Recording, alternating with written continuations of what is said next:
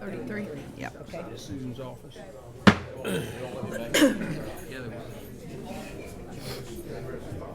Good afternoon. We would like to officially call this school board meeting to order at 3:33.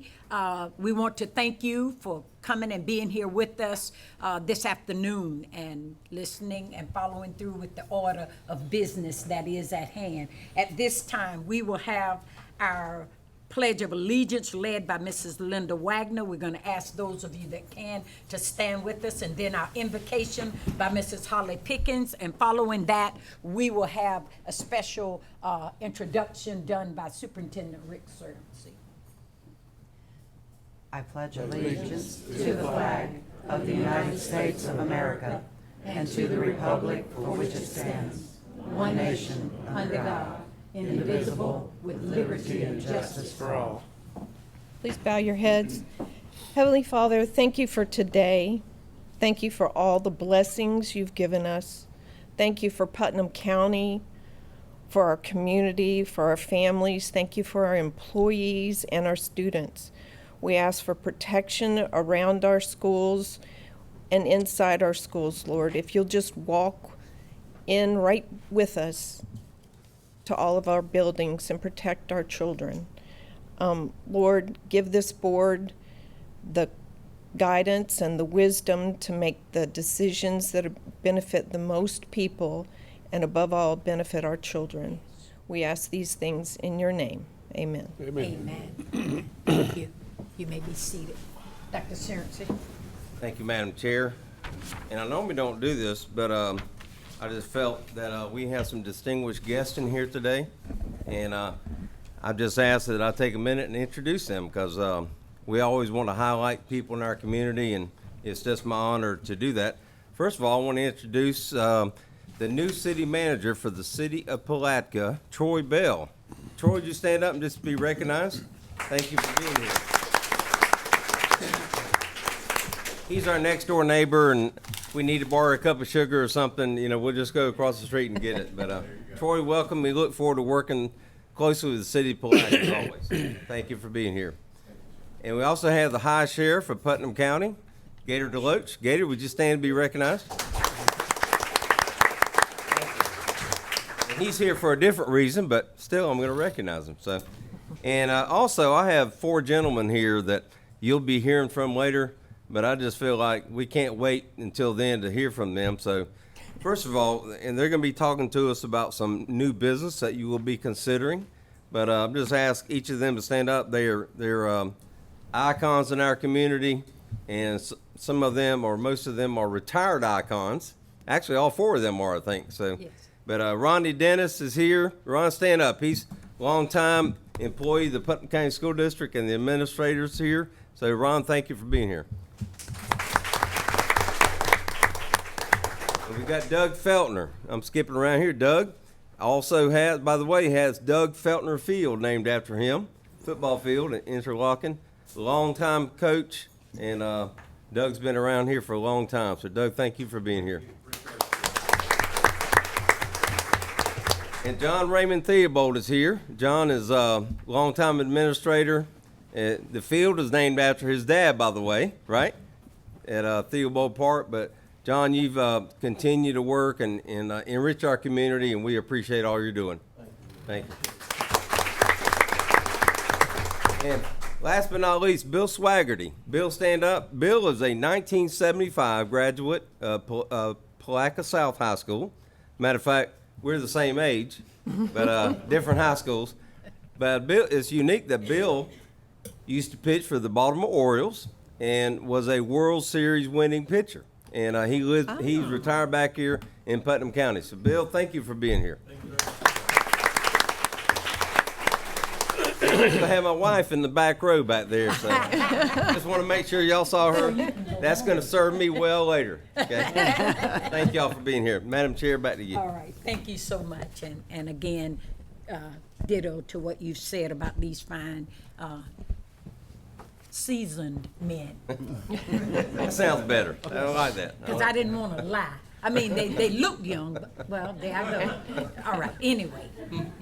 we'll move on. At this time, we will have our presentations. We'll start with the academic team champion, Diana Drew, Mrs. Diana Drew. And then we will have the 2024 legislative session messenger, Mrs. Sean Del Goddard. And then the third thing, we will have our retiree recognition. Yes, all right, by Mrs. Whitehurst, in that order. Good afternoon. How is everybody? Great, thank you. Thank you for having me here this afternoon. Something that we started doing last year before I got this position was to recognize some of our student athletes, not only because they are athletes, but because they are good students. And when they work together as a team and they take academics seriously, that makes them eligible for what is called Academic Team Champion. So I'm going to read just a tiny little blurb about this from their website. And this goes through, or it comes from the Florida High School Athletic Association. It says the FHSAA Academic Team Champion Recognition Program honors teamwork not only in competition, but in the classroom as well. The program recognizes teams in each of the association's sanctioned and recognized sports, naming an academic team champion in each classification based off GPA. So we honored some of our students in the fall. Unfortunately, in the fall, our students from Interlochen Junior Senior High School could not be here, but they are here today. So we're going to go ahead and honor the fall and the winter sports athletes that met this criteria. So if Mr. Whitehurst, the athletic director at the school, could come up, I'm going to let him announce each team. Thank you. Okay. One of the things we're most proud of is we have student athletes, not just athletes. Our kids strive in the classroom. You will notice one thing, though, that they always says that girls are smarter than boys. Well, it's going to be obvious today because we don't have a boys team up here. We just have girls teams. We'll start in the fall with girls volleyball, and I'd like to bring up Jatasia Shepard and Alyssa Matthews, who are our seniors off our team.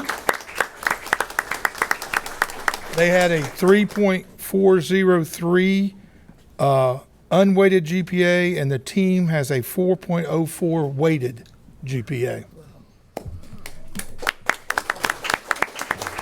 And they were also very competitive as they played for the district championship. They won the county championship in volleyball, and they went 14-6 this year.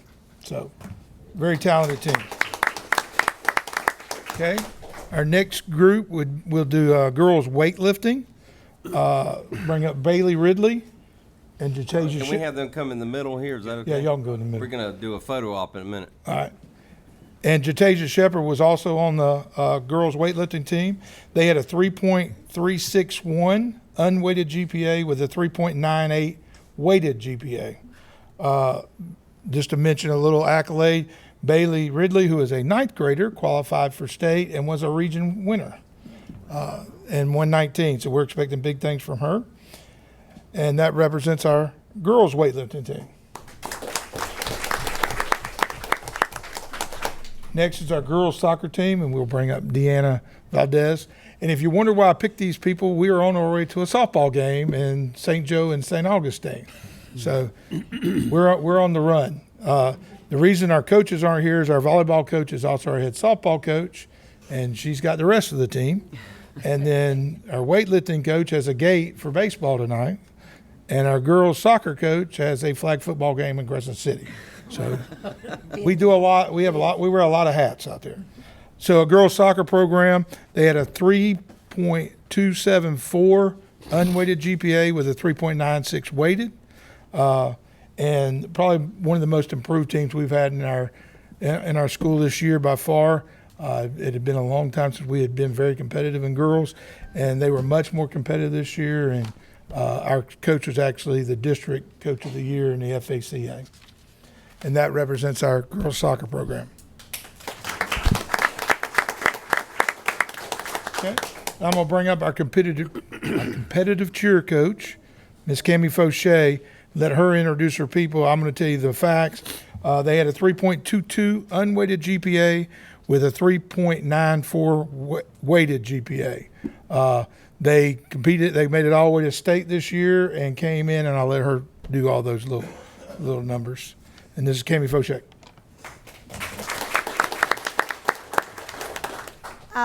It is my pleasure to coach these girls, and I've had a couple of boys as well. This is our second season doing competition.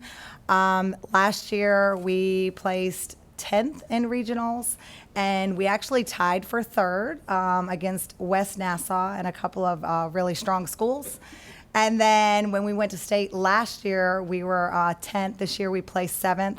And if we didn't have those 3 different deductions we had on like little tiny things, like one was a second, like they just paused a little too long, they would have placed third in state. They did very, very well. I can't say enough about our girls on competition this year. One of them is not here today, and she's graduating with her AA, and she has almost a 4.0. But I'm going to introduce some of the girls I have that are with me today. So I have Mackenzie Donnelly, who attends QI Roberts. And she was a junior this year, and she has a 3.64 GPA. So I'm super proud to have her. I have Jada Ware.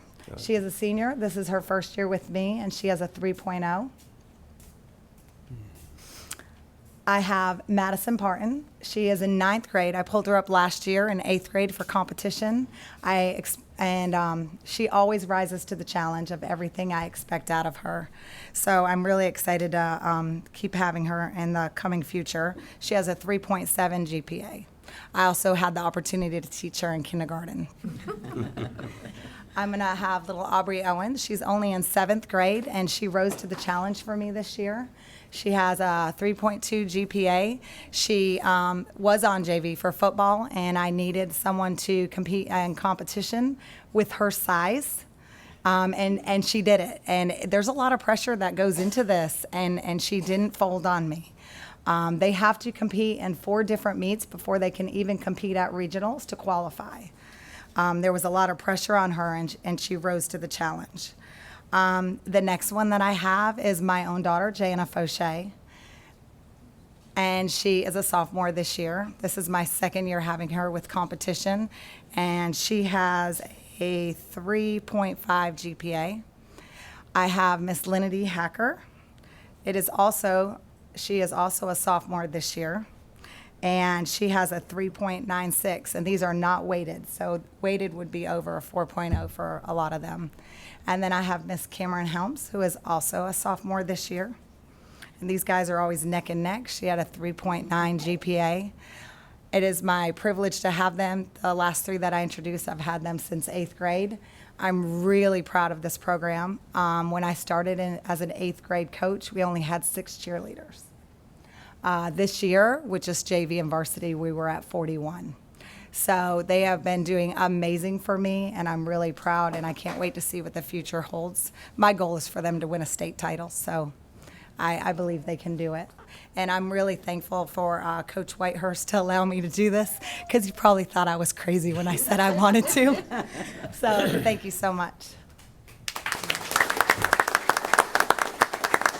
Madam Chair. And I just want to say, one of the young ladies there is my granddaughter, too. Just happened, she knew I was going to do that. Cameron Helms. This Lenity girl, I'm telling you, I see a Mark Lenity out there.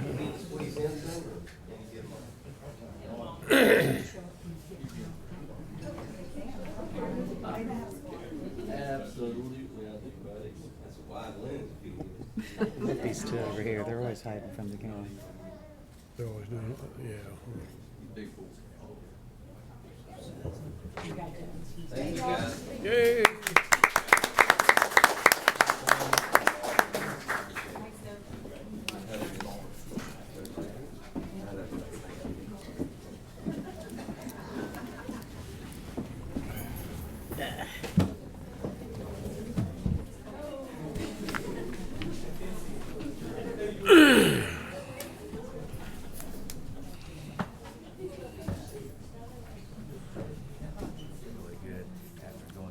It's fun.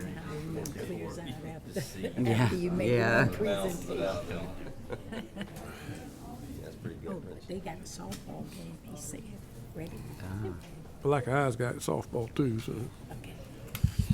Good afternoon, Madam Chair, board members, Superintendent Surrency. Thank you for this opportunity. On behalf of State Representative Bobby Payne's office, we appreciate this opportunity to be able to highlight our 2024 Putnam County Legislative Session Messengers, and we appreciate the opportunity for you to allow these students to shine. If I could ask them to please come forward and just come stand by me at the moment. I've been asked to give just a brief process on how the House Page and Messenger application works. It is a very competitive field. Once the House Office of the Clerk opens the portal prior to House session, applicants can apply. They have to be signed off on their application by the parent or guardian or grandparent. And then also their principal as well as the representative. And then it is left up to the Office of the Clerk to select these students to be in Tallahassee for a week. I definitely want to say, take a moment to say thank you to the foundations and organizations that help support these students. The House does not cover any travel expenses, and there has to be a parent or guardian that attends with them the entire week in Tallahassee. They do drop them off at the Capitol because it is a work day for them from 8 to 5 while session is in. And so I just want to introduce our 2024 Putnam County Legislative Session Messengers. First one that I have is Miss Lexi Hansford. She is a junior at Palaca High School. She is also dual enrolled at St. John's River State College. She actually attended during week 3, as well as Mason Deloach, who is next to her, and he is a 10th grader at Interlochen Junior Senior High School. And these two were actually up during week 3 of session, which gave them opportunity to also participate in Representative Payne has the Rural Counties Day event, and they were able to participate in the networking reception as well as Rural Counties Day. And they are actually in the photo for Rural Counties Day, where they are standing there on the House Capitol Museum steps. Then we also have Mr. Gavin Miles. He was during week 1. He is a junior at QI Roberts Junior Senior High School. And in regards to the program, the pages, which we did not have any applicants, are grades 6 through 8. Our messengers are grades 9 through 12. They do have a little bit of different roles.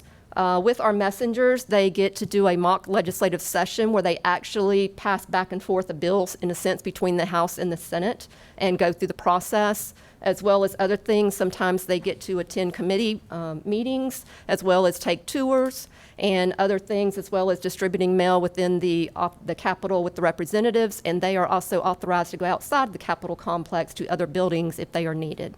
So I just want to say a big thank you to these students, and you will be seeing them in the future. They still do have appearances as well as speaking engagements coming up. So I just want to encourage any parent or student that would like to apply for the House Page and Messenger program to be on the lookout for that prior to next session. Thank you very much.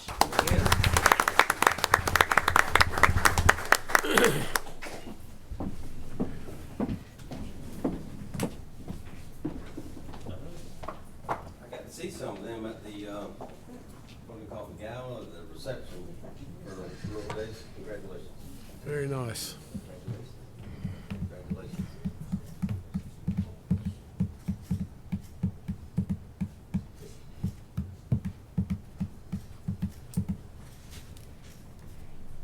Got it. Very good. Thank y'all for being here. Dale, thank you again.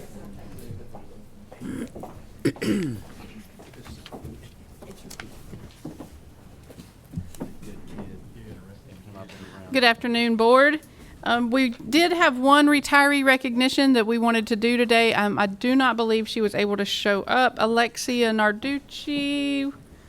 Okay, we still want to recognize her, though. So she retired with us. She had been a paraprofessional at Aquila Elementary School, and she had served the district for 24 years. And we do have her resolution that we will be getting to her. Thank you. Thank you.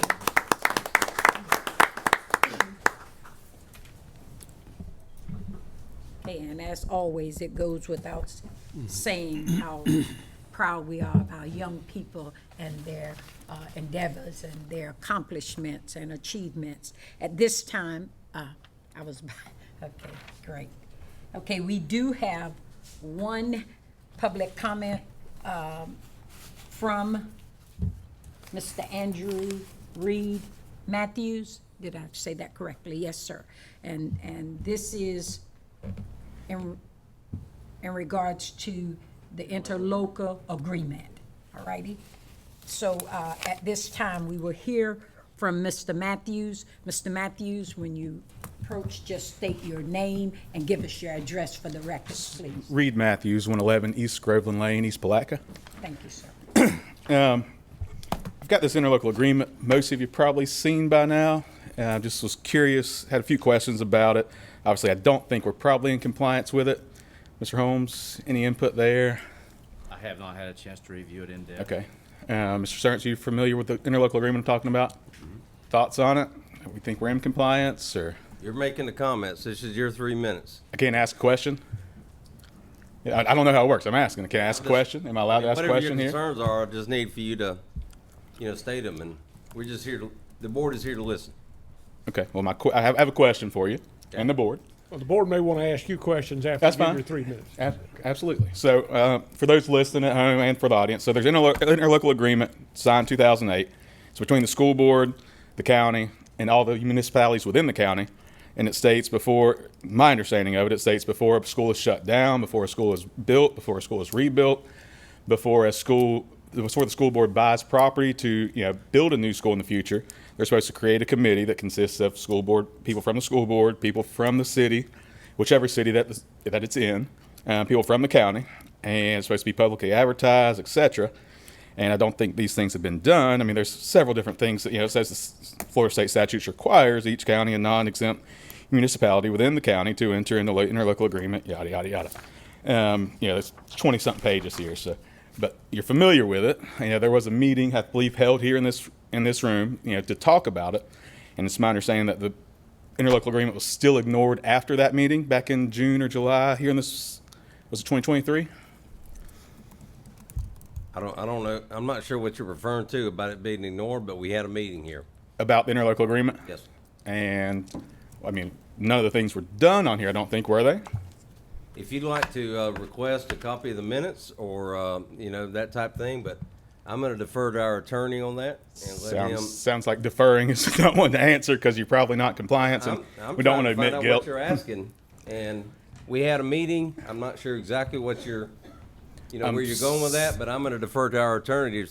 Well, I was obviously Yes, sir. on board in June. Understand. 23 when the meeting occurred.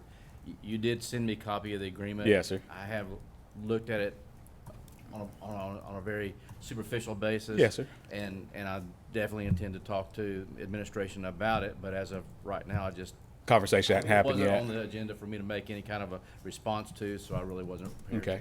to. So, Rick, school board members, are y'all familiar with the interlocal agreement I'm referring to? What month of 2008? I have a text. I think it was June or July. It happened right here. I'm sure several of you here were in the same meeting. Y'all could probably elaborate on it better than I can. I wasn't here. Mr. Bowling, were you here? No, he would. He was here for the meeting. Okay. So 2008. it was the interlocal agreement was the subject of said meeting, correct? The meeting was last year, but the agreement This is the most. Yeah. So. Mr. Matthews. Yes, ma'am. I'd be happy to, given kind of an insight on this. The interlocal agreement is comes out of the comprehensive plans for each of the municipalities and the county under the Growth Management Act, and it each in an interlocal agreement element is part of each of those. This was developed as part of the state requirement and under Growth Management to to establish an interlocal agreement to look at impacts or things from schools in conjunction with the school district and municipalities. It was something that the state required at the time, and initially I think it was part of the it was part of the 1985 Growth Management Act, and then subsequent changes to the statute, Chapter 173, over the years. And so I had a chance to look at it, and it's something that I don't, like many things in the county's comprehensive plans in cities, they haven't been followed. And I think it's just, and I don't know about this case. I wasn't, I wasn't familiar with any of it, but it is required by law to follow. And yeah, don't believe. I know you're not an attorney, but is it your understanding that we're following it currently or not? Well, I haven't seen anything to say we have followed it, and I'm not. And I wasn't aware of the meeting they had, but essentially it is, required by statute that we do that, and each of the cities in the county's comprehensive plan required. It's adopted by ordinance, and subsequently it's a law too. Yeah, I don't think it's been amended. I haven't seen any amendment of it. I mean, I've sent it to different commissioners throughout the county. I'm assuming my 3 minutes is up, or. Can I add one thing to that or not? Go ahead, and then I'm going to propose something to you, Mr. Matthews. I just wanted to let you know I am aware of it now. I have not gone to great lengths through it, but I did read it, and I think you said, Phil, that it was 173. I think it's 163. 163. I'm sorry. Yeah, chapter 163. And it does have the word shall. It doesn't say may. Right. It says they shall. And just looking around at some of the local areas, I know Crescent City, at least at one point, I don't know if this is the current one, but they had some policies in place that said the city shall review development plans of Putnam County, the school board, which seemed to be adhering to this statute. I haven't gotten to see like all the areas and see how it all works together. Yes, ma'am. I am a lawyer, but I'm not a school board I understand. professional on that end of it. But I plan to continue looking at it. I don't know of what meeting you're referencing from, I guess, last year, but I'm sure they could elaborate on it. Doesn't sound like they want to, because I guess maybe it's going to, admit guilt. I don't know. To me, whenever somebody first gave it to me, I was thinking, oh, this thing just slipped through the cracks. 2008. Most of you weren't here, and and then they said, oh no, somebody else said, and once I started circulating around, oh no, there was actually a meeting held right here in this thing. They asked them to amend the interlocal agreement. They figured out the people that attended the meeting didn't have the authority to amend the agreement, and it still got ignored, and here we are. We can't even answer a question. I mean, that's kind of, I don't know. It's concerning, to say the least. Not you. I wasn't. I mean, you weren't here at the meeting. These two gentlemen, I asked them direct questions, and they wouldn't answer them either. So. Right, I wasn't trying to address the meeting because I wasn't here. I wasn't employed by the school system at that time. But normally, as I think Board Member Leary suggested, the question is, if there wasn't strict compliance, is there a remedy or is there a foul?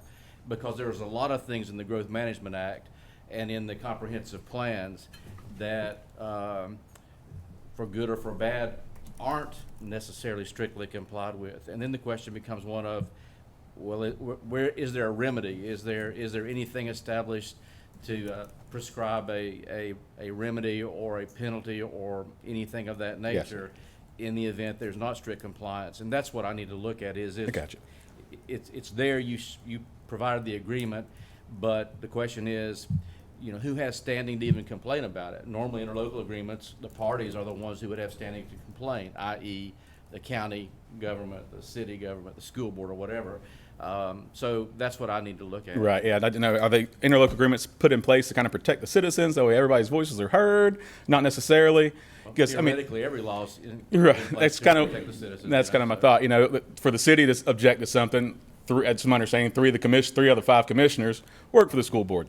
It's kind of a conflict of interest there. If they all recuse themselves, they don't even have enough people to vote to say whether they want to do something about it. So nobody that I've sent it to seems to want to do anything. And I'm not saying that somebody deserves a penalty, but if we know that we're not in compliance, we should probably get in compliance now and in the future. I mean, or are we just going to ignore it forever because there may or may not be a penalty that can be had? I mean, those are my concerns, and it doesn't look like we're going to get too far this right now. So I want to come voice that. Just in looking at what you're talking about, read it. I agree with our attorney that I think it's there because we have to have the agreement, but, I mean, what entity, I mean, you'd have to live on another planet to not know that a referendum went before the voters to be selected by a majority vote, and every jurisdictional agency or county agency and municipality knew about it, and they even had people working on behalf of it. So I don't. Did they know they had an actual voice until I circulated this a week or two ago? That's the thing. I mean, if you don't know, you don't know your voice is there to be heard.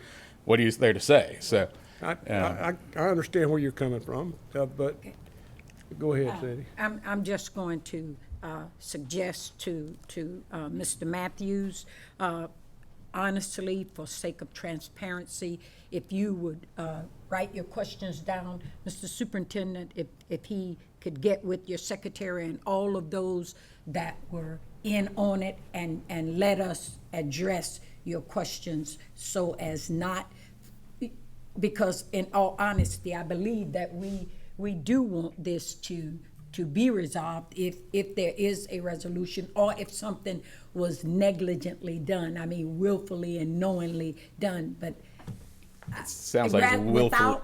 Without getting into any, further conversation on it, so that they would have the opportunity to entertain your questions, and that then will give our attorney the ample time to go ahead and follow through what he needs. And certainly a meeting can be set up so that you could come and get those questions answered, and then we get it resolved. Okay. That's what I would suggest. I appreciate the Mrs. thought. Michaels, if you would get with Mr. Matthews for us, please. Let me email you or okay. What's your email address? That's Michael. At Putnam, my.Putnam. Okay. Gotcha. Awesome. Appreciate Thank your you so time. much. Hopefully All we'll do righty. something about it. Okay. Get in compliance. Thank y'all. Thank you, I Reed. appreciate that. Would you pass that to her? Okay, any further public comments? All right, got, okay. All right. At this time, we're ready for our consent agenda to approve our consent agenda. We'll start with you, Mr. Leary. Is there anything that you would like to pull? Well, J1, just for a quick question.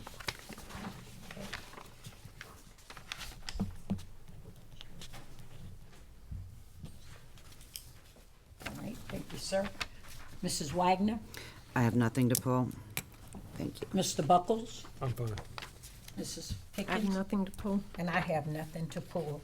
If we can get a motion to. I move we approve the consent agenda as presented, minus, what'd you say, J. Phil? J1, J1. I'll second. All right, it's been motioned by Mr. David Buckles that we accept the consent agenda minus J1, and it was seconded by Mrs. Linda Wagner. All in favor, let it be known by aye. Aye.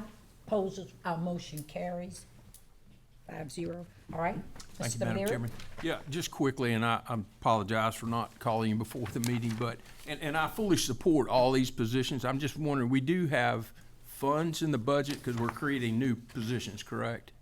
They- These positions are, I'm sorry, they send us the job descriptions for us to update.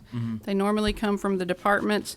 I know that some of them, the coordinator of neglected and delinquent is a federal programs that is funded through one of the grants that takes care of that. Laura, I don't know if, there you are, if this is a new position or if it's a change in the wording that we have to do to be in compliance with the grant. Okay. Yes. All right, Madam Chairman, I move approval of J1. I'll second. All right, motion by Mr. Phil Leary that we approve item J1, second by Mrs. Linda Wagner. We're ready to vote. All in favor, let it be known by aye. Aye. Motion carries 5-0. Okay.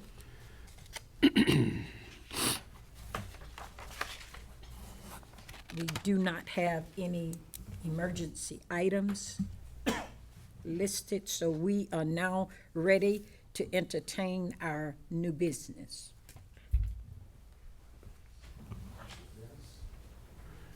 Ronnie Dennis is not awake, I guess. Wake him up, John Raymond. And it's okay for you all to come with him.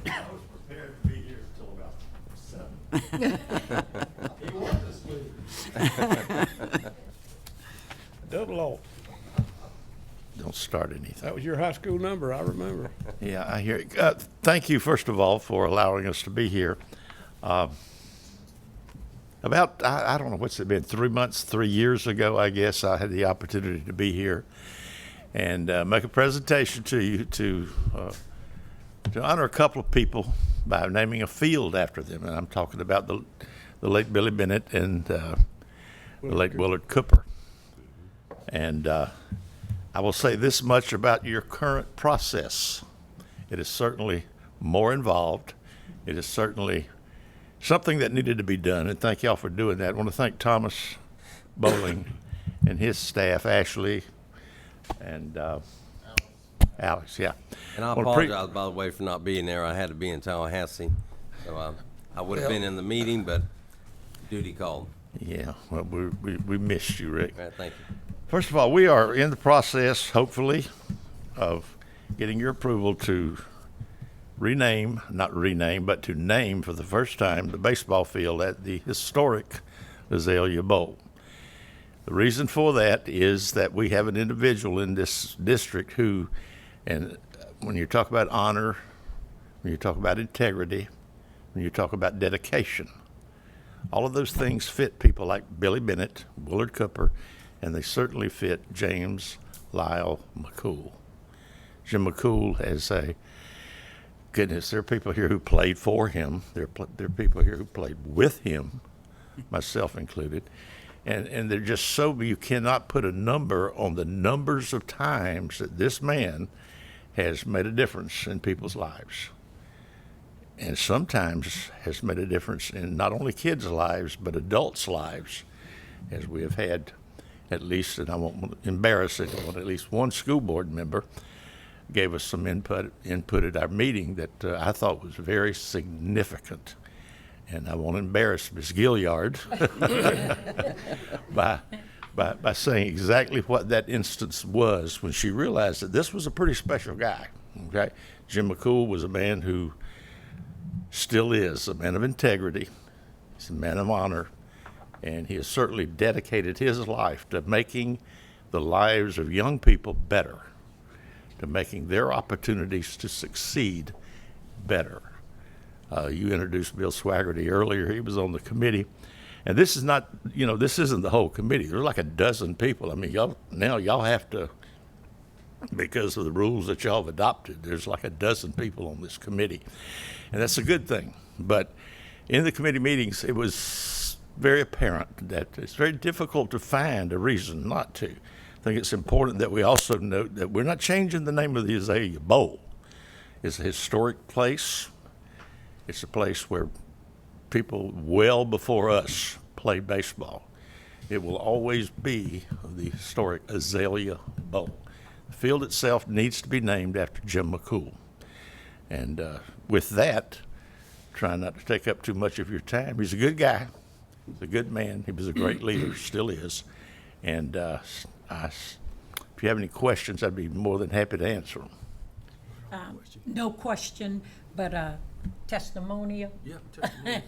Testimonials are welcome, I'd like I'm to ask sure. you some questions when I'm you're not going to allow you to you're ask me through. any Anything, questions. yeah. Oh, Not Dave, you, don't David, let 'cause I know David what you're Buckles gonna- know, please. Jim McCool Yeah, taught me you in go World ahead Civ, with so your I testimony. Thank you, Madam Chairman, and it's quite an honor to be sitting on this board and consider this recommendation, which I fully support.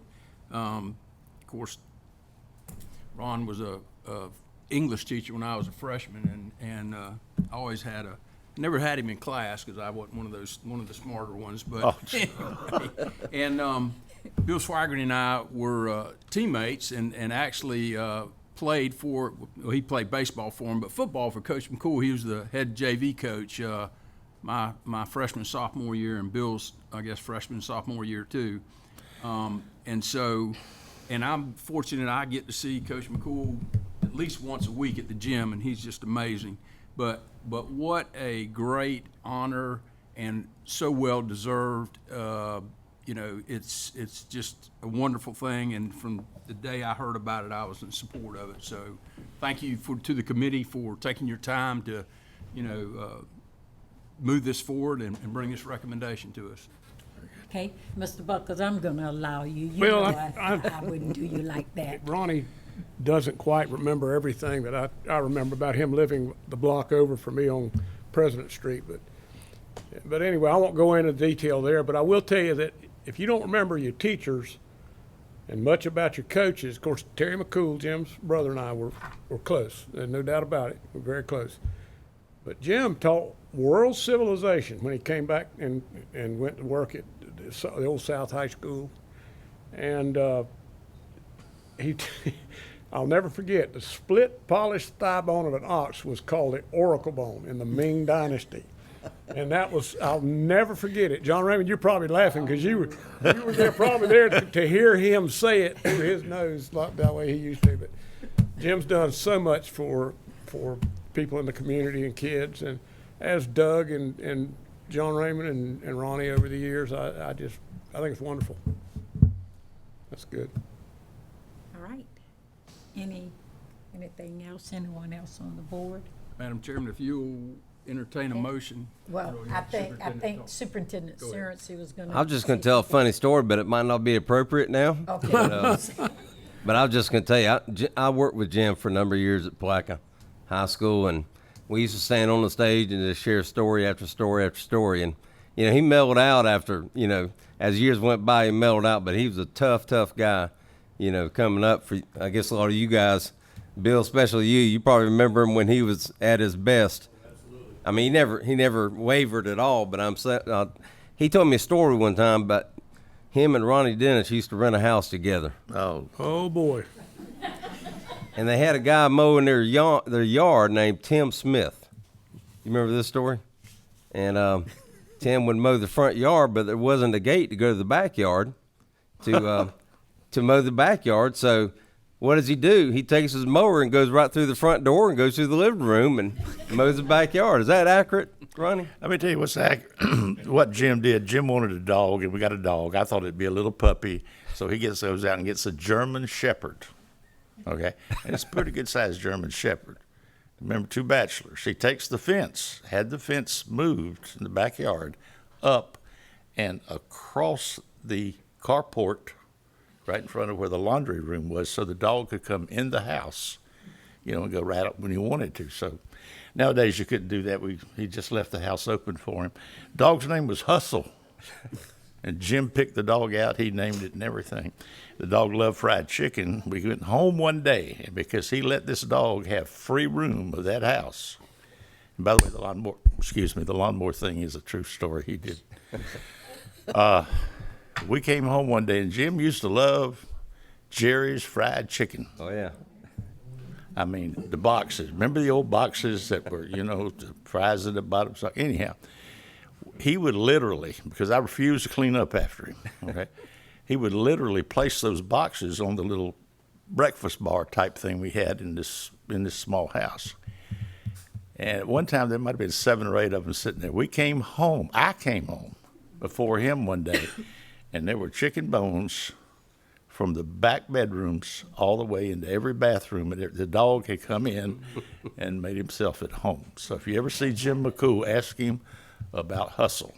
But he built the fence literally across the carport so the dog could go from Well, I think Susan McCool has had to take up cleaning up after him for many years now. So. Yeah.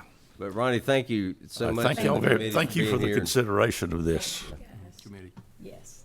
Madam Chairman, I will move approval of the recommendation of the School Facilities Naming Committee. I'll second that. All right, it's been motioned by Mr. Phil Leary that we accept the recommendation of the School Facilities Naming Committee, and it was seconded by Mr. David Buckles. Are we ready to vote? All in favor, let it be known by aye. Aye. Motion carries unanimously. Can I give applause for that? Can I, Madam Chair, can I add one thing? Yes, sir. We've talked to the administration, provided this pass today, and the head baseball coach at the high school, who I know pretty well, And we are looking at, again, I'm defaulting to the high school, but to have at one of our home games to be able to honor Coach McCool and invite all of his former players. That will be football and baseball, and I don't know if we can hold them all. Do you, Bill? I mean, this we might have to tear a fence down or something to get them all in there, but it will be very nice, and we will keep you abreast of that date, but we would love for our board members to be there, and it's surely a great time for our community. So thank you all for passing that. That's And a again, very high thank honor. you all. Thanks, committee. Yes. Yeah, thank you. All righty. And I was at that meeting. Thank you to Mr. Boland. Yeah. Very well done. And Mrs. Ashley McCool. All righty. With that being taken care of, let us move to our reports from our board members, our attorney, and our superintendent. We'll start with you, Mrs. Pickens. Okay. I don't have a lot. I'd like to congratulate Rory Butler for her weightlifting appearance at Crescent City Junior Senior High School. She was the runner-up in both her district and the regional meet. She was 15-2, and she was invited to participate in the AAU All-State Girls Weightlifting Invitational. And I really picked her out because I taught her mother, and so I wanted to say a shout out to Rory. I'd also like to congratulate the Lady Raider flag football team. They are playing Interlochen tonight, but I guess they've already clinched the county champs. Coach Keenan Henry, also a former student, he's done an amazing job with the flag football program, and he has a lot of very talented young ladies. And I was speaking with the Crescent City football coach. I was at a softball game, and I was going to walk over from the softball field to the football field to watch the girls, and I waited a little bit too long, and their game was over. But our football coach said that flag football was like a no pressure type sport, and that the girls really enjoyed playing that. Now, I've coached a lot of sports, and I've always felt pressure, so I don't know exactly what that means, but they are enjoying it. I neglected to note my appreciation for school bus drivers on their appreciation day. There's a day for everything. Yesterday was Sons Day. I finally got a little post out for my sons, but I guess there's a calendar. I know Ashley had given us a calendar about all the different days, but I think school bus drivers are very underappreciated, and I rode many a mile on a school bus and safely for 34 years, and they're the first people that greet our students in the morning, and they're the last people to send them home. And bus drivers see the environment that some of our students live in, and I think they develop a relationship very unlike, but very, very, very essential, but unlike a teacher, because of that, because they see neighborhoods, they see different struggles that kids may have, and so they are very, very important. I can think of a couple.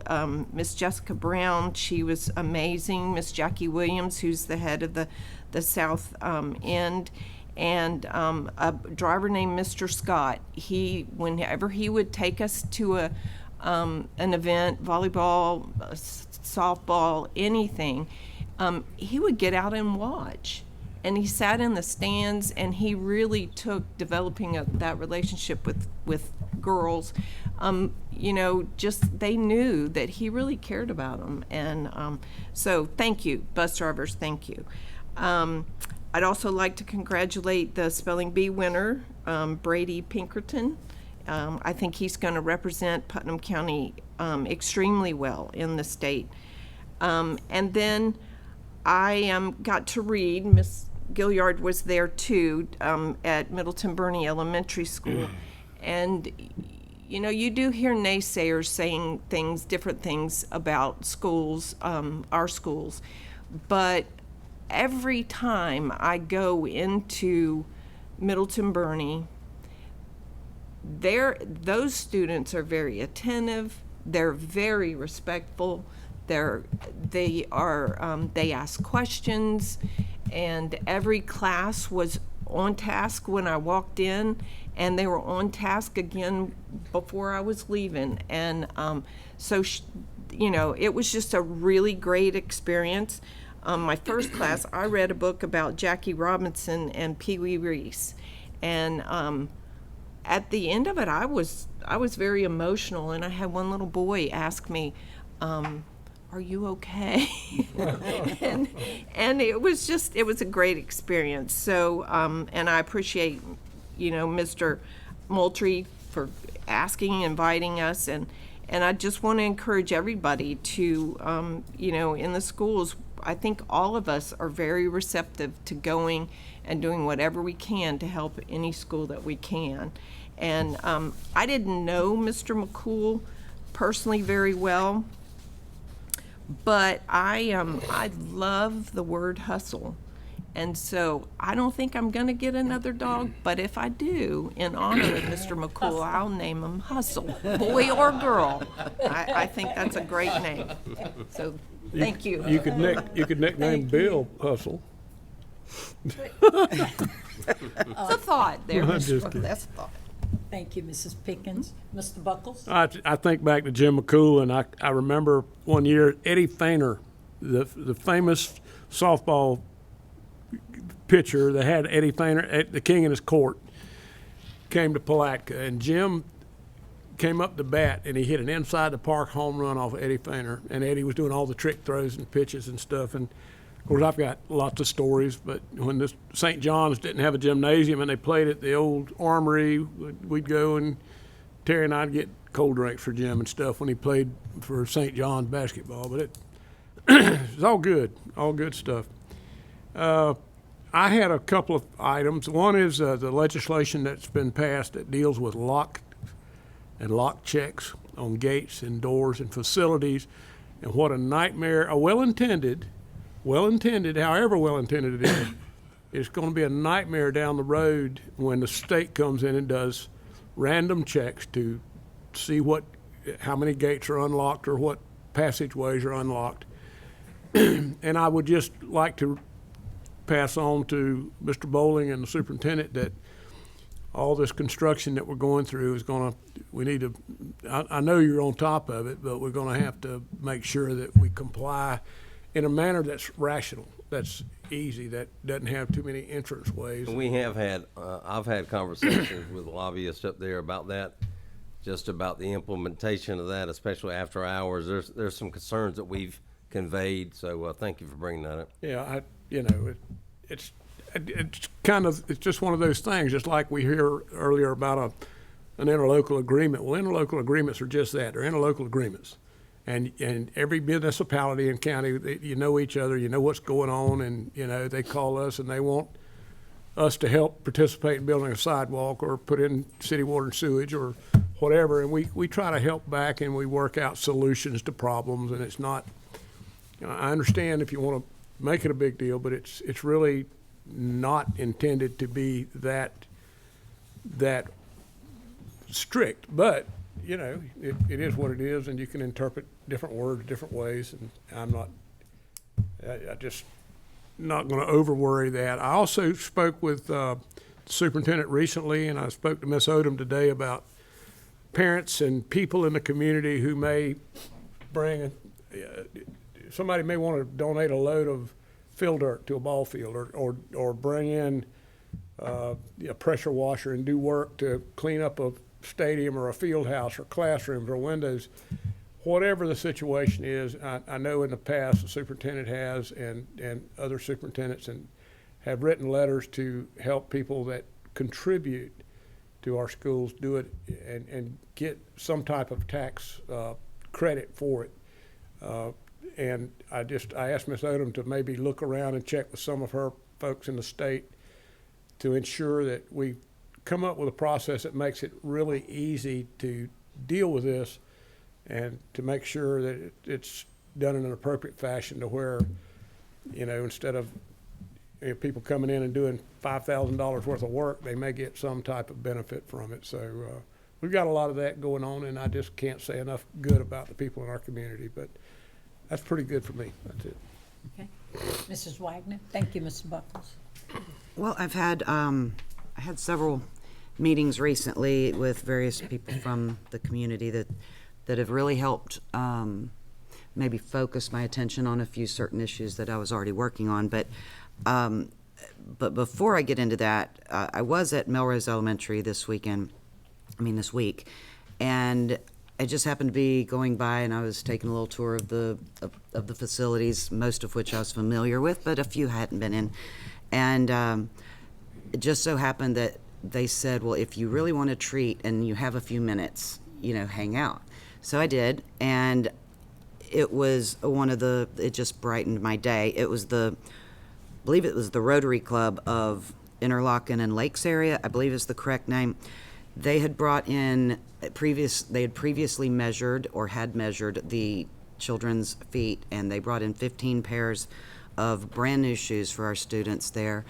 It's my understanding they do it in several locations, and they were just so meticulous. It sounds like such a simple thing, but the kids' faces, they were so excited. And if they were not right, they told them, we will be back and we will have a pair that fits you better, because they wanted to make sure they had room to grow.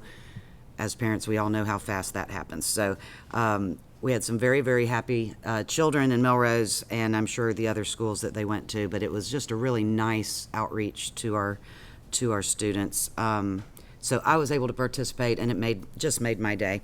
I was also, it's been something I'd thought about for a long time, but somebody specifically said, you represent the citizens, you represent the teachers, you represent the employees. And that's absolutely correct. And while some of the things I've been working toward would affect all of them, I really wanted to somehow reach out to our employees at the very local level. So my new thing, and I'm just letting the board know my intent, and I've spoken with Miss Lundy, I'll be scheduling there first. I'm going to start doing something monthly, bi-weekly, I'm not sure which yet, where I'm going to be at the schools probably during lunchtime. And I'm going to sit most likely by myself for the most of it. But I just want to give teachers and any employee at the schools the chance to come speak to me. If they want to come brag about their students to me and let me know how wonderful their school is, that's fine. If they want to come tell me concerns they're having as an employee, I would like to hear it. I don't profess to have answers to all problems, but I'm willing to listen. And just on the record here, I'm not taking names, I'm not taking notes. I just want to converse with and get a feeling for what our teachers are doing and what they're going through, and the good things and the bad things. So that's my effort at getting out there in the community, in our school community. During one of my other meetings with some folks recently, they mentioned to me that because there's often not a lot of discussion on our agenda items, that they would like to know more about what's being voted on. And I said, well, I used to say the same thing until I see how many items are on our agenda, and that if we discussed every single one of them, we'd be here till midnight. And I was explaining how what questions we have, we go to the district, and I get incredible results on my questions. Thank you, all of you. But they said, well, how about in your time at the end, how about telling the public what kind of questions you had and maybe what those answers were, at least if they're of any import. And I thought that over, and I thought I may start trying to do that at my time. I will not make it as long as today's, but just to give some idea. Now, it just so happens that today my questions on agenda items were very mundane. The personnel matters, I just didn't completely understand what the information that was being given to me represented. I was able to get all of the information I needed, and I feel much better about that. I had a few questions about the RFPs, how some of this worked. There was some information I thought was maybe missing, and I got overwhelming information back to show me what was missing, and I was asked if I needed anything more, but it was all to my satisfaction. So there were several things like that that I did talk to the district staff today, and as usual, they give me extremely good response, and I know I put them at the last second sometimes, so I apologize. But today's were not very overly important, and some of mine, as many of y'all will know, has to do with grammar, spelling on certain items that are going out. I'm meticulous on that. But in the future, I do intend to kind of give a little bit of an overview, maybe use my time at the end to say, you know, I had some real concerns over this, and this is what happened. And that way, if we need to move forward at another meeting and actually address any of those things, it would be out there for us to do that. Okay. That's it. Thank you, Mrs. Wagner. Mr. Leary? Thank you, Madam Chairman. I've got several items, and I'll try to move through these quickly. The first one is that at our last board meeting, there was discussion on the wetlands issue and the permit surrounding Palaca Elementary School A. Good news is I was able to talk to my good friend Brad Purcell, who's the Chief of Staff of the Water Management District. Their regulatory scientist met Travis out there on Monday. Hopefully that wetlands line is good, and he's pretty sure that they'll be able to expedite that and get the permit out by the end of this week. And he hadn't called me with any different information, so that's great. A little concerned about our the civil engineer who kind of dragged their feet, but anyway, we're moving ahead.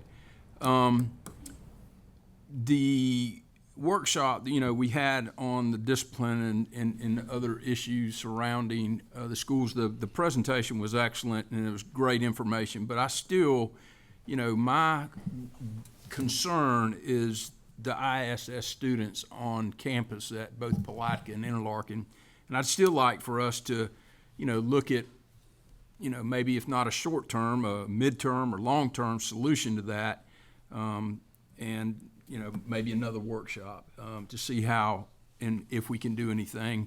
The budget conference came out today. I'll talk about that in just a second. From the legislature, we are getting a 3.47% increase in our FEFT unweighted, and so, you know, hopefully we'll have some additional funding.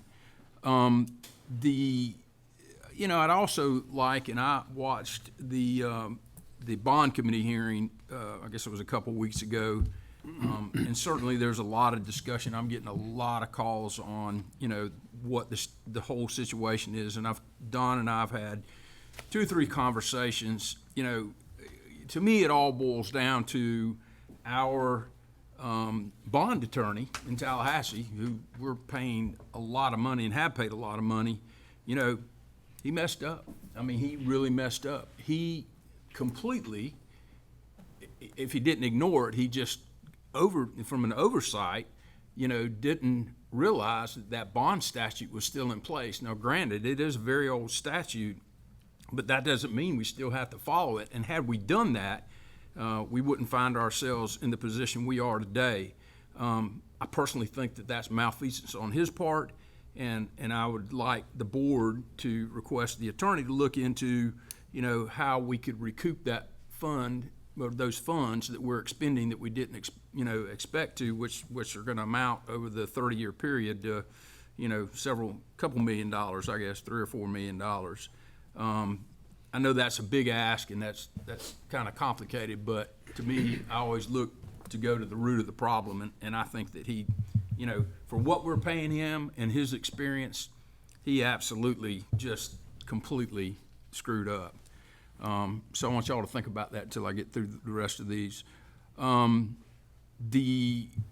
Quickly on the legislative report, and what kind of piqued my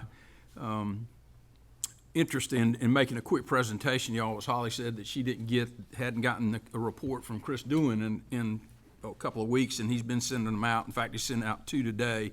So let me just briefly tell you what, you know, the most important, you know, issues for us.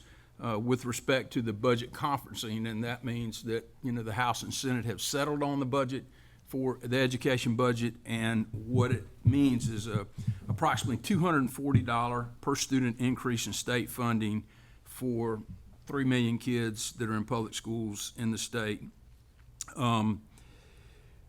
Our non-reoccurring funds, which is, funds that are not appropriated every year, we did get, and certainly the superintendent, Mr. Bowling, had gone up there and lobbied on this with Patrick Bell, our very astute lobbyist. We are going to get an allocation pursuant to section 1013.642, the Florida statutes. We're getting our second year funding, which is 2 of 2, of $30,210,000 for Crescent City Junior High School, but additionally, we're getting $32,593,000 for our Putnam construction cost increases, and that's the increase of the cost in construction, which is significant, and certainly will help us, in getting that high school completed, in an expeditious manner as has been presented. On the school safety, which was mentioned just a few minutes ago, the Senate did pass their bill, and it's in messages to the House. And as y'all know, this is the last week of session, and I can tell you, having gone through 30 of them, the last week of session is the biggest circus in the world. The House has amended the bill to accommodate organizations using school facilities after hours pursuant to interlocal agreement. So that'll help us there. The deregulation of public schools, which I had very high hopes early on in the session with the Senate, the 3 Senate bills, 7000, 7002, and 7004, are in messages to the House. The legislation currently reflects the House position, which is not as expansive as the original Senate version, which is very disappointing and certainly very difficult for me to understand why. I've got a couple calls in to the Speaker Pro Tem, Chuck Clemens, my good friend, and hopefully he'll be able to give me some explanation. So it looks like they probably will end up with some compromise language in that for both the House and with the Senate version being more stronger, relieving it more regulatory programs that we have to comply with versus the House position. So, and then lastly, I just want to say that talking about history and Jim McCool and everything, that what a great honor. But some sad news. I have been trying to locate for about 3 weeks now, with the help of everybody in administration that would help me and Travis Woods, the trophies and all the memorabilia from Palaca High School, the old Palaca High School, and Palaca South High School from the 1950s through the 1970s. And they were moved from the CL Overturf Center when it was remodeled, and they put, it was moved down to the Campbell Building. Museum room. Yeah, and then when that transfer occurred, when administration moved to this building, every one of those trophies, including my senior year, we had, a bunch, have either disappeared or stolen, or thrown away or stolen. And it, what a sad, it's just, it breaks my heart. I got a class reunion meeting tonight, and I was hoping that we could, we won trophies in football, track, baseball that year, and then going back to the 50s. Ironically, in their search, they found trophies from the 30s and 40s in the vault here. So I don't know many people that, maybe they're interested in that for their reunion. But anyway, maybe they'll turn up someday somewhere. And then the last thing, and I didn't get to mention it during February, Black History Month, but Coach Robert Jet Johnson was the first African-American coach at Palaca High School and then Palaca South High School. He was my football coach my freshman year. He and Jim McCool coached together. What a fantastic guy. Graduate of South Carolina State University. He was a small college All-American running back. but he was a phenomenal coach, and you can ask anybody that played under him during his tenure there. He taught us as much about life as he did football, and he had a significant impact on that freshman team that went on their senior year to finish in the top 4 in the state. So, thank you. Awesome. Thank you, Mr. Leary. Just real quick, just ditto to what Mrs. Pickens said regarding reading at Middleton Bernie and the overall atmosphere of that school, how well behaved. So I concur that was certainly it. I did have a note here especially when Mr. Whitehurst was speaking and sharing about the coaches being here, there, and covering everything. And I had written in my comments to certainly mention our coaches not having been, but still is a friend of Coach McCool, and sometimes he would share about the time that they spent away from their families. And of course, all of you that have coached can concur that because you want to break down film, look at things, and to see where you can improve in order to get your students to that next level. And so we just don't, like the bus drivers, tell them thank you enough. I was talking to Coach, he was on the team, Coach Delaney, a part of the naming process for Coach McCool, and I was saying to him about the coaching and everything, and I say, yeah, because it's certainly not in the stipend. He said, psst. He said, because if it was just the stipend, they wouldn't do it. It's for the love of our children that they do what they do. And so just to all of our coaches, a great thumbs up. And that segues right into last night. I was fortunate enough to be at this soccer banquet for Palatka Junior Senior High and QI combined. And they had a beautiful, great food. Sonny's Barbecue catered the meal, and their keynote speaker was Mr. Joe Theobald. And my takeaway from his message to the students, he told them to keep playing regardless. The level of your play may decrease with your age. He told them, but keep playing, keep having a reason, staying active. And I just thought it was really great.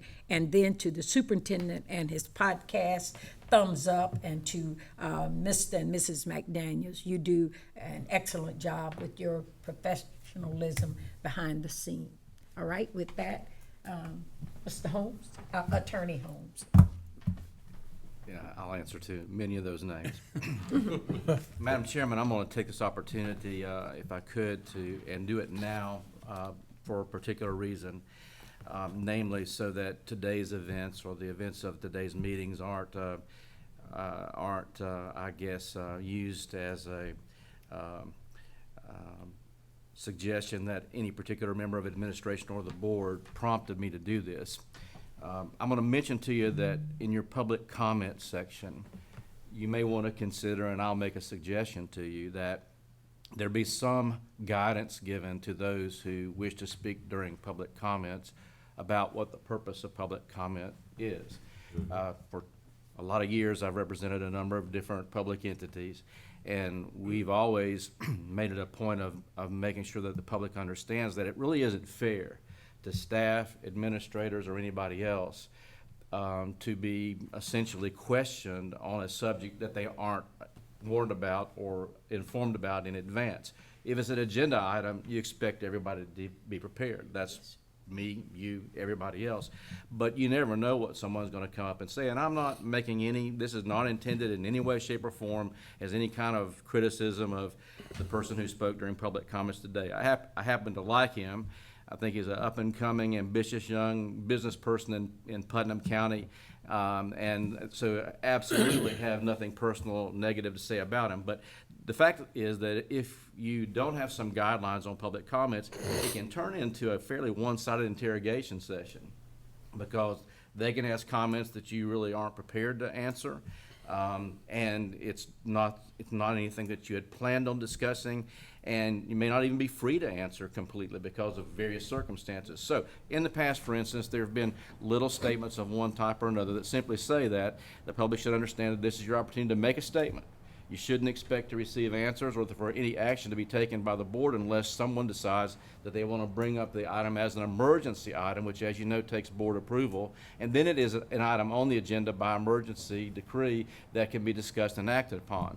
And I think that's going to be more fair, or I would suggest to you that that might be a more fair way to move forward with public comments in the future.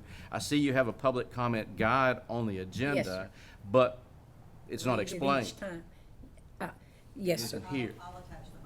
So I was simply suggesting that we can look at that perhaps so that public isn't Streamline. surprised either, so they don't come up thinking that they are going to have an opportunity to cross-examine or ask specific questions about a topic that you aren't aware of. And if they want to have an item put on the agenda, can they not do that? Can they request the public? They can request. And then y'all decide. Right. But my point simply is then that would, if an item is on the agenda, then everybody's prepared to discuss it, so. Good advice. Yeah, we can do that. And then there's one final comment, and I'll let it go. It was mentioned that interlocal agreements are significant, and they are, but they aren't laws. They aren't ordinances. They are agreements made between public entities, whether it be state, local, or whatever. I was sitting here thinking, I'm not sure there's an essential index of all the interlocal agreements that have been made by the county, the city, Interlock and Willaca, the school board. I know from the city of Palaca's perspective, I can tell you that I've never heard of an index that you could go to and look up to see if an interlocal agreement exists. So when an interlocal agreement is 16 years old, if it's new, like it's a mutual aid agreement between fire, police, whatever, rescue, it's pretty much on everybody's, on their table. They look at it a lot because they may use it a lot, But if it's something that's not used except when you build a school, for instance, which doesn't happen very often, and it's 16 years old, it really isn't, I don't think, damning to think that somebody overlooked it in the early stages. And it normally is something that the participants to the agreement have the ability to enforce. So, obviously, like any other contract, the people who are parties to the contract are the ones who have the right to complain if it's not being enforced. So I'm not trying to make an overall statement on it. It's just to say that it needs to be put in perspective. A 16-year-old interlocal agreement that, as Mr. Buckles indicated, that wasn't a secret matter that was at issue. I mean, the building of the schools were debated in public meetings. I'm not trying to say whether I was in favor of or against it. I'm just saying it wasn't anything done in secret. And if any of the municipalities would have wanted to object to the fact that the interlocal agreement wasn't being followed, I assume that they could have. So sorry for taking your time, but just something to follow up. Appreciate the clarification. We needed to hear that. And can you give me your thoughts about the bond attorney issue? Or you want to wait till the I'm next gonna meeting? consider Don't that wanna to be put a you on the public spot. comment, not on my agenda. Mrs. Michael, will you get that to the board attorney?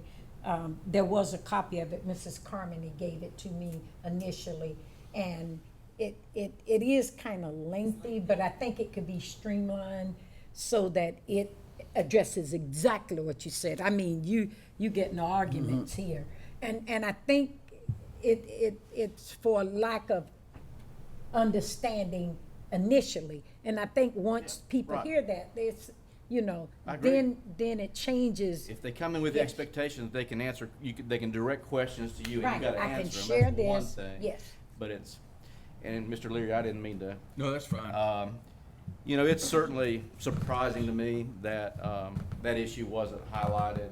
And in my conversations with the attorney, I think the superintendent was privy to at least one of them. I think part of the reason was they had never run into it before. We had 5 of them on the phone. I hate to even think of what the hourly rate was, but for them. But when we asked the question, well, is this something you see with the bond issues that you do? And my recollection is that they said that none of them indicated they'd ever seen it in any bond issue that they'd ever handled. That's correct. So I don't know whether it was again something that just they weren't used to. I can't speak for them, but I can tell you that what I just told you was what they told us. Okay, all right. Dr. Sorensen? Thank you, Madam Chairman. And again, I want to thank Don Holmes. He's been very helpful for us, and we just want to welcome you to the district, and we appreciate working with you now and in the future. So I want to mention a couple things, and again, I want to be very clear. This is public information, but we did have a bond oversight committee meeting, I believe a week ago or whenever it was, and that's public. It's seen on video. The newspaper reported it, but I do want to be very transparent with you and say, I think the issue that you're referring to is the fact that our tax collector is citing a statute that was written in the 1970s that entitles 1890 something. Right, but it has been changed, I think, in the 70s. But nevertheless, it permits or entitles them to collect a commission on the bond receipts that come into the tax collector's office, and they have been collecting a commission on that. Okay, and they are saying they are allowed to do that, and over the life of the bond, it is a very significant number. And the last numbers I have, Rhonda, about 11 million. Right. There was a correction because they were taking out a flat 3%. Rhonda, to her credit, met with them privately, and there is a scale. I think after 50 million, it's supposed to revert to 2%. So that does change the total number. But $11 million is $11 million. And I was pretty direct in the meeting saying that's coming out of our taxpayers' pockets, and for probably, and the question was asked a number of times, how much labor is this going to pay for, or what is the cost of collecting this? So we don't have a real good answer on that, besides maybe a keystroke here or there.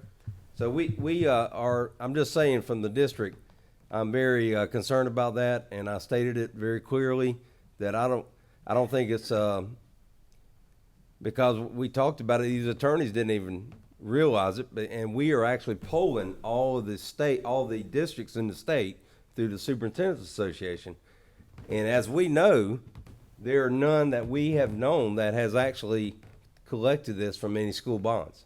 Okay, and we will verify that with other districts. And I know that Thomas and Rhonda have gone through their particular associations, and as far as I know, none have been aware of it. So that is an issue that we're taking very aggressively. Nothing against our tax collector, but this is an issue that we have to be careful. Our taxpayers are taking on a big burden, and I don't see why this is something that's necessary for the tax collector to do. So again, this is all public information. It's been on video. I'm just reporting back to the board that we're doing a lot of behind the scenes stuff, talking to the tax collector and all. So we will keep you abreast of that. Okay. Second thing I want to mention is we wrapped up CTE month. Renee Huff and her team did a fantastic job celebrating our programs and our teachers that teach CTE. And to wrap it up, Laura France and myself actually visited Tallahassee, was it last week? And visited some of the legislators, and especially Bobby Payne and some of the other ones, and talked to them about the appropriation request we have for our Building Construction Academy, the third one at Palaca High School, junior, senior high, along with updating many of our CTE programs. So again, I'm not going to say anything now because they're still in session, but I'm very, very favorable about the outcome of that. And our people have worked very hard to do that. And again, all that has to be signed off by the governor. But I just want to thank Bobby Payne for sponsoring that, and for Senator Hudson and the people who really worked hard to make that happen. we had a student advisory meeting, a superintendent student advisory meeting in this very room last week. And I think this is probably one of the better advisory meetings we've had because we got them talking in small groups with different schools talking to each other. And we asked them what's some good stuff happening, what's some things we need to work on. And I'll tell you one thing about high school kids, they will tell you the truth whether you want to hear it or not, okay? And we have some great suggestions. And as a matter of fact, we're going to meet again. Ashley actually kind of schedules all that, and I think we're going to meet virtually before our next face-to-face meeting. But those kids want to get together because they are really engaged with what's going on in our district. So I was really happy with that. I've been visiting along with some of our staff, especially our elementary schools, and I plan on visiting our secondary schools. And I go to them all the time, but these are scheduled visits where we're going in and we're looking at specific instruction, especially elementary schools, kindergarten through third. That is a huge focus of ours.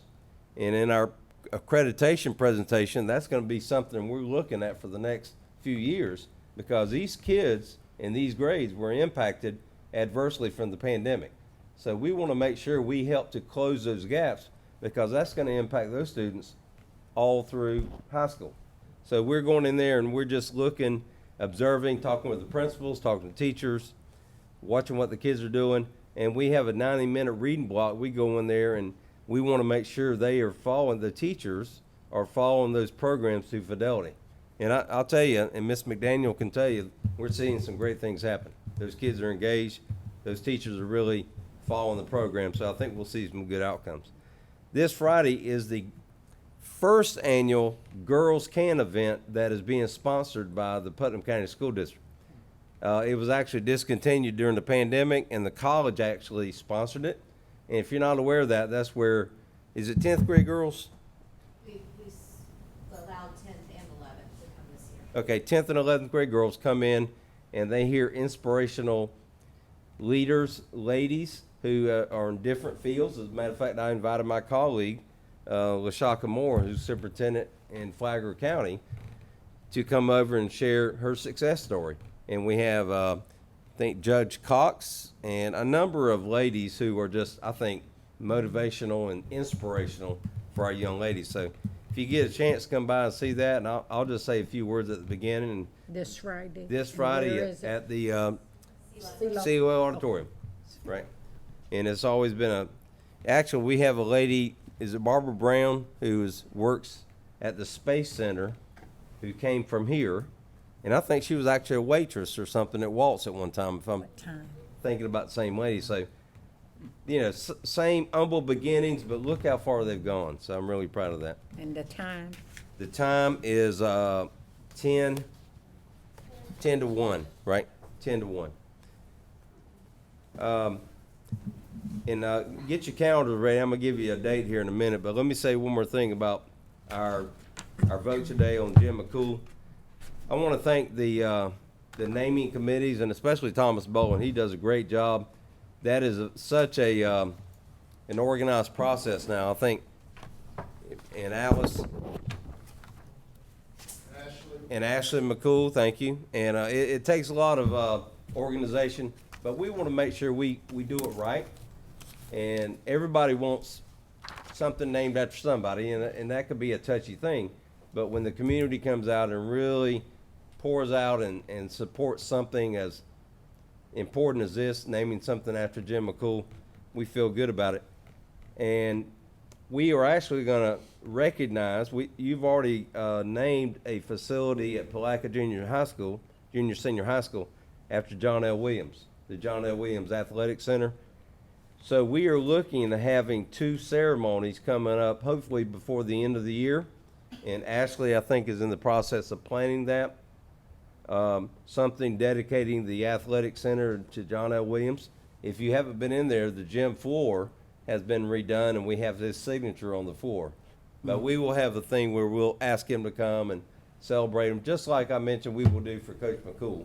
So Ashley McCool is in charge of that. Ashley, any updates? Oyster, but Yeah, you're working with Miss Oyster. Yep. Absolutely. As soon as we get dates and get them from, Right. I'll email the board and let everybody. Yep. So it'll be a good time for our community. Last thing I have, if you will look at your calendar, Our next board meeting is March 19th, and we are scheduling a board workshop at 2 p.m., similar to like we did today. And here's the topic. It's going to be about district and school accountability. District and school accountability, comma, draft strategic plan indicators. Draft strategic plan indicators. And I'll ask Ms. Michael to email you and give you the specifics, but just want to make sure you put on your calendar for the 19th. That'll be at 2 o'clock. 2 o'clock, yes, ma'am. Madam Chair, that is all I have. Thank you for your time. Okay. Is there anything else to come before the board? Okay, if not, Good deal. Susan, are you gonna pick?